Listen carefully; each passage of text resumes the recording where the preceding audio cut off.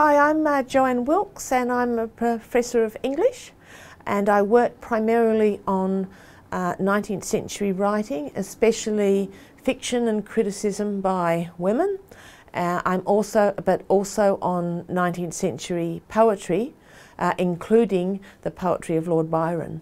I'm interested very much in the situation of being a woman writer in the 19th century. For quite a while I was studying the way that women who worked as literary critics examined and responded to these major writers like Jane Austen, Charlotte Bronte, Emily Bronte. You also have an unusual situation which is, I think, paradoxical, which is that many women critics published anonymously, because you weren't living up to a particular feminine image. You could be more hard-hitting, you could be more sardonic, you could be more erudite, because all those things were characteristics were not expected of women's writing.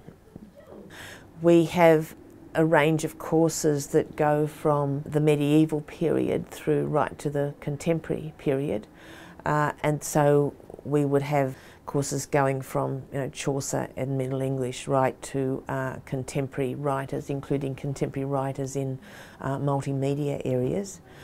We have as well a program in drama, so that students can do a major in drama and then postgraduate work in drama, as well a program in writing studies, from creative writing through to technical writing, through to public discourse, through to multimedia. I think it's the variety of what we offer that can be a major attraction in looking at English and drama and writing studies at Auckland.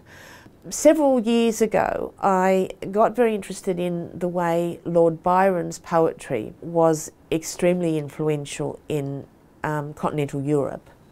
I was also interested in the way that he himself was engaging with foreign literature, overseas literature, and I ended up writing a book on his literary and personal links with a French writer called Madame de Staël, who is actually not especially well known in the English-speaking world, but she's a really central intellectual figure from the late 18th, early 19th century. And then I've gone on to look at Lord Byron's impact on French literature, and I'm particularly concerned at the moment with his impact on a French writer called Alfred de Musset. What I find teaching in the 19th century is that you get students coming from a variety of approaches. You know, when you're doing postgraduate teaching, that the students have made a commitment to the area.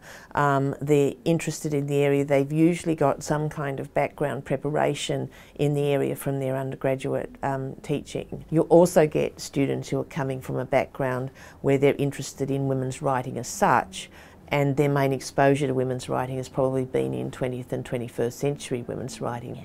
But certainly the course that I teach a course on Jane Austen and Charlotte Bronte at postgraduate level, and I do introduce that subject area of women critics and their responses, and that is always one of the most popular courses that's offered in the English postgraduate program. Yeah.